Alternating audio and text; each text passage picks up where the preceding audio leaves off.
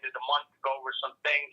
But, Bob, let me tell you, our next guest is in the queue, and we're going to bring him in here in a minute. You know, we like to thank you for tuning into the World Boxing Review radio show.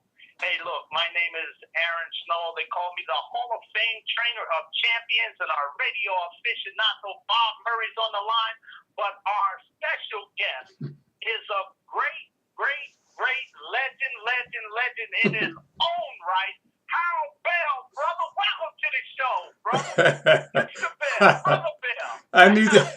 I need to hire you as my PR man, boy. Hey man, this is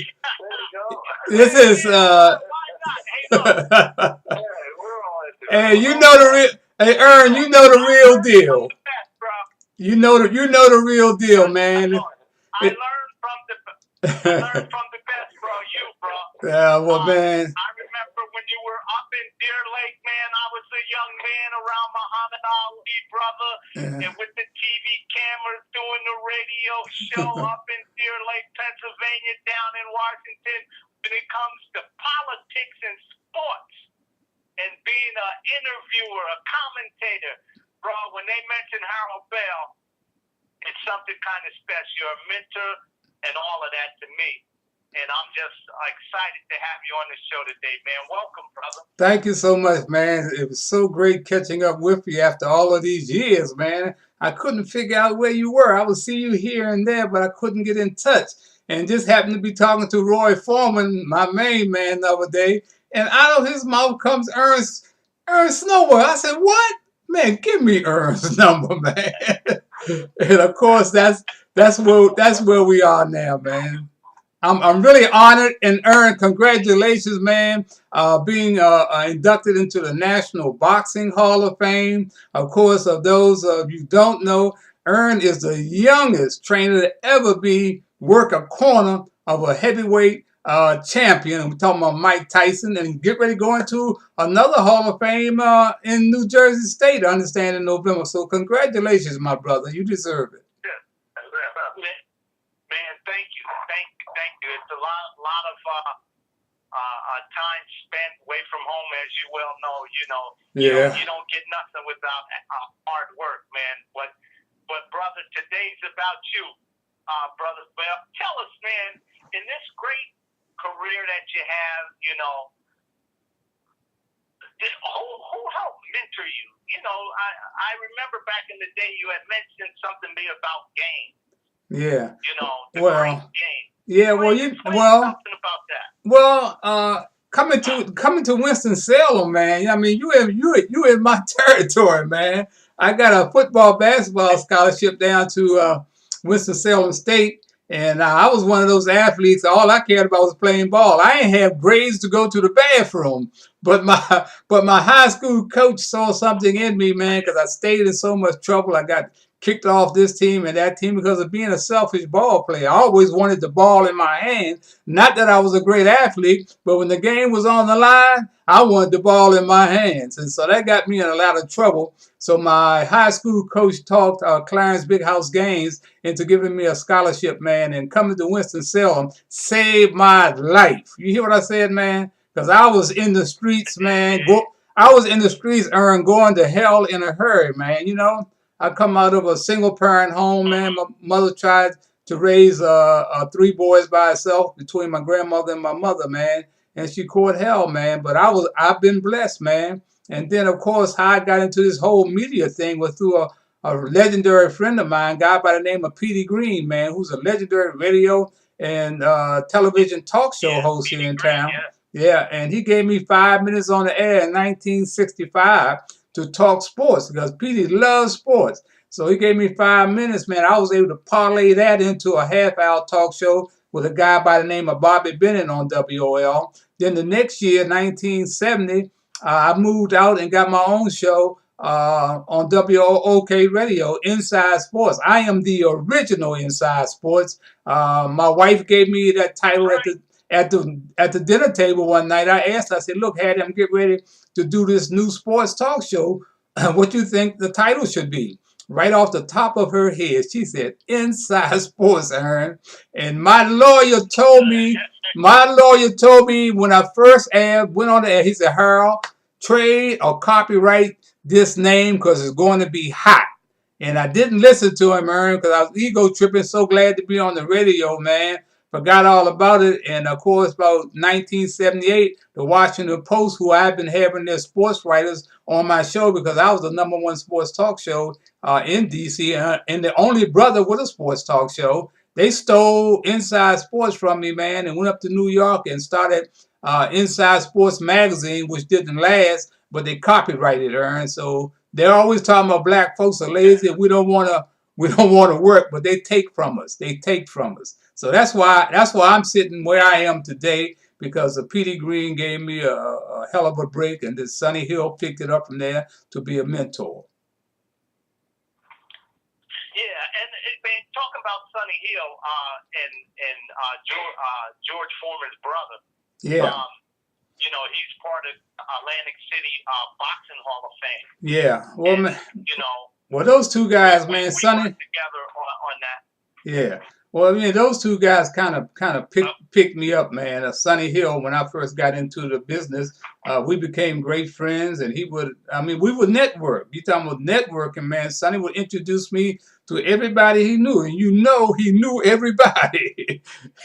And of course, Roy and I became friends because I met George here in Washington, D.C. when he came home from the Olympic Games. Harry Barnett, I know you know Harry Barnett. Harry Barnett became Harry became George's lawyer, and that's how I hooked up with George and eventually hooked up with Roy. You know, but one of the things, man, I want to talk about, man, is you and this Jack Johnson exhibit, man. Tell me about that because Jack Johnson is one of my heroes. Well, we got involved. You know, I found out as a young man about Jack Johnson through Muhammad Ali in Deer Lake. Mm-hmm. You know, how Ali used to preach about him, the things he did with them, the play with that they did the Great White Hope. But it was inspiring to keep on going and to keep on doing it. But where he lost his life is where my mother was born and raised in North Carolina in Franklin County. Mm-hmm. So I got an opportunity to bring where his accident was to life for the TDA board, which is the Tourism Development Board, and we received a grant to bring back Jack Johnson to life. So we got a lot of people to sign on to the project, from boxing historians to state representatives, senators, and things, to endorse the project that we were endowed in, and to bring it back to life and to help try to spark maybe to get him apart. And that's something he tried to do when he was actually living. He was the first one when he was locked up to write his part. Mm-hmm. So we developed the team and the exhibit and all of that. We have artifacts and stuff. You know, his car was left here for a long, long time in Franklinton. Mm-hmm. So a lot of things came about. So that's how it is. We're taking it around, and through the Jack Johnson exhibit, we get people to talk about political issues and bring people together. And how can we make America a better place to live through the open conversation of sports, where people come together for one purpose and one common cause, and that is to make, like Don King all the time said, only in America, and America is the greatest place on this planet to live. So that's what we're doing with that. Well, Bob, I know you want to jump in here and ask me some questions. I'm wide open. Bob, are you there? Yeah, just tell me a little more about your relationship. Yeah, are you here? Yeah, okay. Go ahead. You got me. Hello? I'm here. Go ahead, Bob. Yeah, I just wanted you to tell us a little bit more about Sonny Hill. Yeah, Sonny Hill, man. Sonny Hill, man. Yeah, come up to your phone a little bit, Yeah. Oh, okay. Sonny Hill, man, is just a phenomenal athlete, a radio, television personality, community personality. Sonny Hill is a living legend in, of course, Philadelphia, man. Basketball legend, talk show host legend. And he has mentored a lot of folks, including yours truly, man. So I'm really in debt to Sonny Hill. But you know, so many people have reached back, and so many people at Bob have reached back to help me to get where I am today, man. This has not been a easy journey. It has been a long road and a difficult journey because when you tell the truth, people always want to hear the truth as long as it's about someone else, but they don't want to hear the truth about themselves. So that's probably why you don't know about Harold Bell. But I've been out here with every radio and television sports talk show format you see it now is the format of the original Inside Sports. I started all of that. I was the first one to have message music. I was the first one to have media roundtables, write my own commentaries. I mean, I got more people in broadcast media today than any other sportscaster or broadcaster in the country. I'm talking about James Brown, Michael Wilbon, you name them, John Thompson, Sugar Ray Leonard. All of them came through Harold Bell before they 15 minutes of fame, man. So I am really blessed. Let's talk about Sugar Ray Leonard. Yeah. You did something special for Sugar Ray Leonard back then. Yeah. Now, I can remember back in those days when he just had came out of the Olympics. That's right. Things like that. That's right. For people to sign and put up money and things like that. Yeah. Well, what happened? A little bit how Don and all.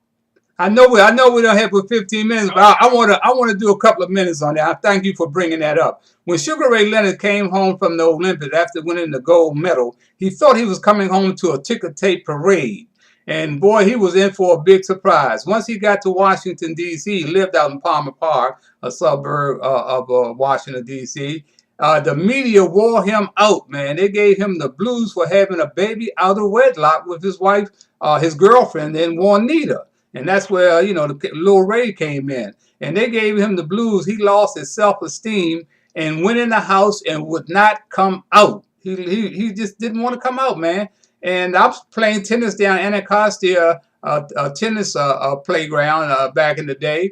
And I look outside the gate, and there's Jinx Morton and Dave Jacobs and another friend of mine named Melvin Jackson. I said, what are these guys down here doing down here? They don't play no tennis. So I left the court and came out. I said, what's going on? So Jinx said, man, look, Ray has locked himself up in the house. He won't come out. He's lost his self-esteem. And he has a lot of respect for you, Harold. And we'd like for you to go over, man, and try to talk him out, man, to get back in the swing. So the next morning, I went over to Ray's house and knocked on the door. And he opened up the door with big crocodile tears in his eyes. And I said a couple choice words to him. I said, man, put that gold medal on, put a suit on and tie, and come on, we're going. And I took him to elementary school. I called the principal to let him know that I was going to be bringing Ray up there.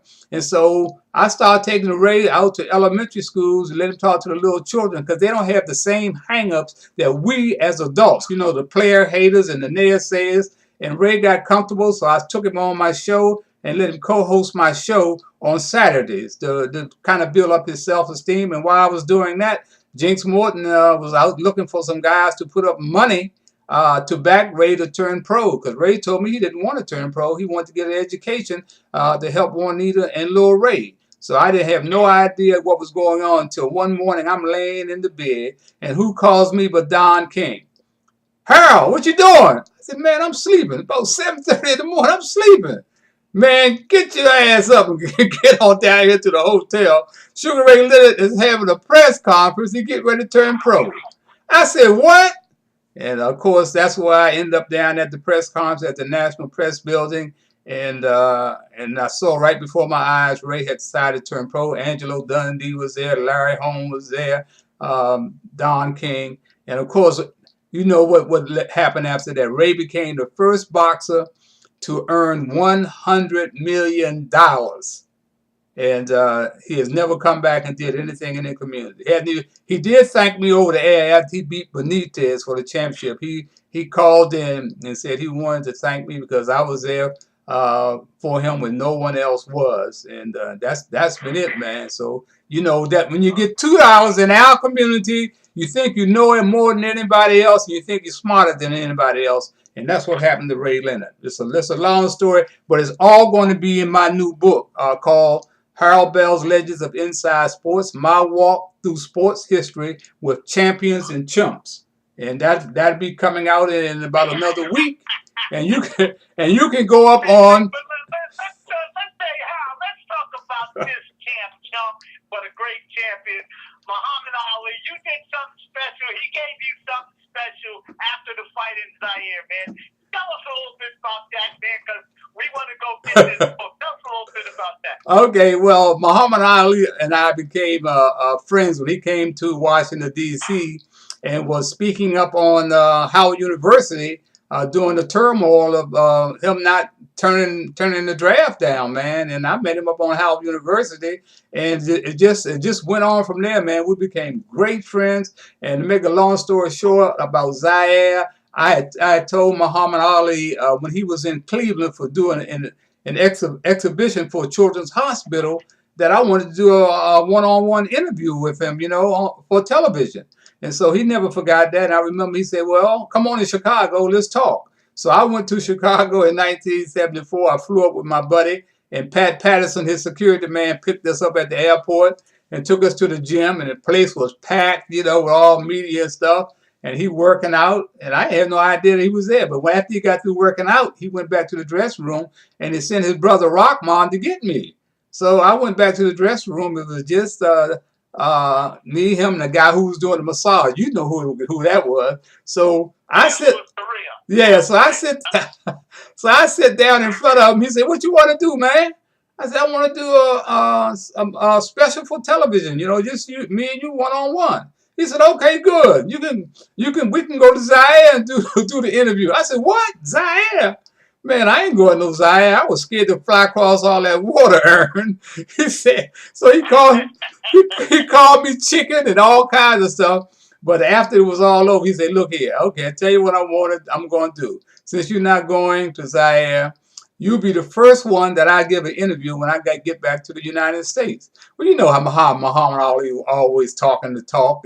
I ain't paying no attention to him. I said, "Okay, champ." So we went out and had dinner, and Pat took us back to the airport, and I caught my plane back, and I went down to Constitution Hall to watch the fight on closed circuit, man. I was scared to death because I thought Big George Foreman gonna hurt him, man, So, man, of course, the upset. I'm lying home in the bed, raining, one night, about 10 o'clock. And after the fight, and I pick up the phone, I said, "Who's calling, please?" I was still asleep. He said, "Let me speak to Harold Bell." I said, "Who's calling, man?" He said, "Fool, this is the heavyweight champion of the world, Muhammad Ali." I said straight up in the bed. I said straight up. So he said, "You still want to do that interview?" I said, "Yeah, man." He said, "Well, look, I'm in New York. This is where I am. Bring your camera crew." This was a Sunday night. "Bring your camera crew up on Monday." I don't have no camera crew. I don't have no money. I don't get paid till Friday. I don't know what to do. So I called my boy Rodney Brown, my partner, and he said, "Man, look, Harold, we got cameras here at PBS. I got the credit card, and Will got the car, and we rolled up to New York City that Monday morning, and there he was standing there in the doorway waiting for us, man. And I got one of the great one-on-one interviews that you ever want to see. Copyrighted, Aaron, copyrighted. And man, that was fantastic, man. So, man, I'm just so happy about this book, Aaron. We have our boxing historian. He's waiting on the queue here. Henry Hascup, man, welcome to the show, brother. This is Harold Bell we're talking to. I know we're going over a little bit, but welcome to the show, Henry. I'm just enjoying Harold's stories. I mean, it's fantastic hearing about Sugar Ray Leonard and what he went through, and Muhammad Ali. I mean, I can't wait for that book to come out. It's out, Henry. It's out. I'm holding it up at the screen right now so you guys will be able to see it, because this show is going to be on YouTube, and I'm showing my book. You can get my book. All you got to do is go to blackmeninamerica.com and go to my page, and you'll see how to order the book. And like I say, man, it's fabulous, man. And it's something like you never read before. It's not he say, she say. It's my up-close and personal relationship with Muhammad Ali, Sugar Ray Leonard, Bernard Hopkins, Alexis Arguello, Aaron Pryor, Emmanuel Stewart, Tommy Hearns, you name it. Up close and personal, man. So I am excited. Yeah, but you forgot one person. You didn't put me in there, Man, But hey, look, Ern. that makes for book two. That's right. That's volume 2, Ern. You are in the thank yous. You are in the thank yous. I didn't forget you. Thank you. Look, God, look, we That'll gotta be on the get second this edition. I do the second edition is going to be great. We're counting on the fact, like I told you, I'm not buying mine online. I'm coming That's right. right off the book. That's right. Personally, and you have to sign mine personally. Oh, yeah, I'm looking I forward. put the mail in front of me so we can sit down and talk, man. Looking We had a forward. lot of great fun throughout the years, man. And as always, Harold, thank you for your inspiration, your kind words, your mentoring thoughts, your guidance. You know, you ain't a young man no more. You're 80 years old, man. Young 80. in spirit. 80 years old. Ain't that something? Thank you for all the blessings that you installed on me. You know, you inspired me to do something like this here, similar to what happened to you, Bob Murray on there. He did something like that for me. But through the years, you inspired me. Give it a go, give it a try. And it happened, man. And I want to thank you for coming on the World Boxing Review radio show, brother. Okay, looking forward to come back. I want to say one thing, man. It hadn't been for you and Carl King, I would have not survived the Don King era. So thank you, brother. Thank you. You're welcome, man. Thank you. Okay. Man. I appreciate that. Bye-bye. Well, thank you. Very good. All right. Thank you. Thank you for using Blog Talk Radio. Goodbye.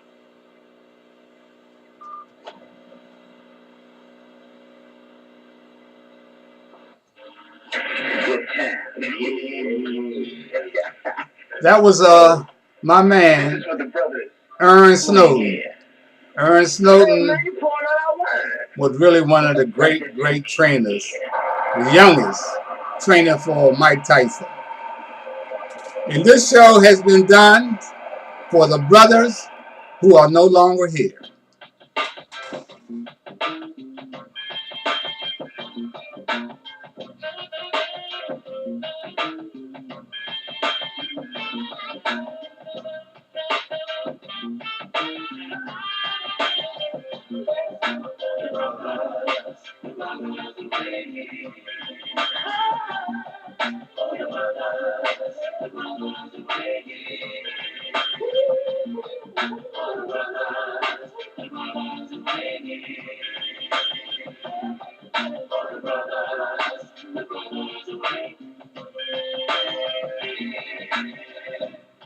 This is for the brothers who ain't here. For the strong brothers missing in action. Mentally and physically. Somebody tell me what happened. Like my main man, Big Willie Graham, who was shot in the back by 2 New York City cops the day before his 21st birthday. And remember that dime store pimp, Smooth Red Daddy? He had 7 children by 6 different women. And the brother never got married. Yo, ain't 3 of his kids on crack? For Shaka Hanna found strangled in his crib after coming home from a black Neo Force meeting. And from a man Larry Riverspoon, remember Larry? Yeah. He worked his way through college, then he tried to marry some Caucasian woman. Too bad, she was the horse's daughter. So this is for the brothers who ain't here. For the strong brothers missing in action. For the brothers, that's right, the brothers who ain't here.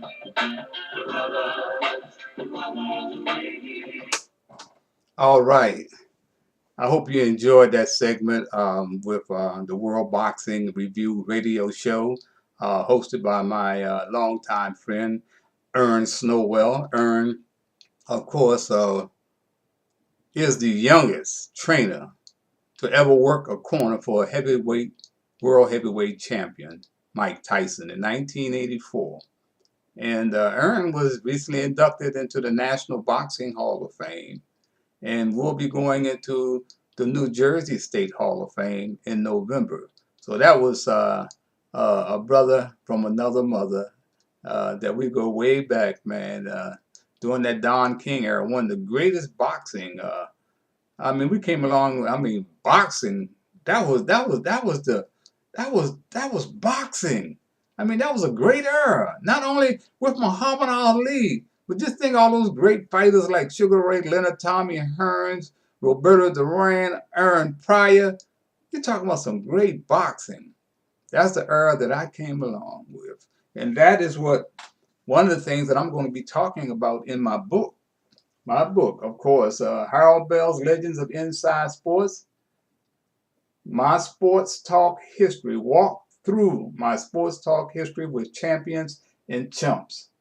And like I said, I'm going to be talking about the likes of Sugar Ray Leonard, Tommy Hearns, Emmanuel Stewart, Bert Sugar, Bernard Hopkins. Man, I got a lineup for you. Inside Sports is unrecognized, uncompromised, unparalleled, unsung, and my book is uncut. And if you want to pick up the Legends of Inside Sports, go to blackmeninamerica.com, find my page, and you can order this great book. I'm telling you, you know, a lot of people talk about they got a great book. I know some of you have been waiting a long time for this book to come out. Well, the journey has been long, but it has been worth it. Believe me, because this is something like you talking about a history, sports history, American history. You'll find it in the Legends of Inside Sports. Well, that's going to be it. Until next time, I'm Harold Bell, and you can color me gone.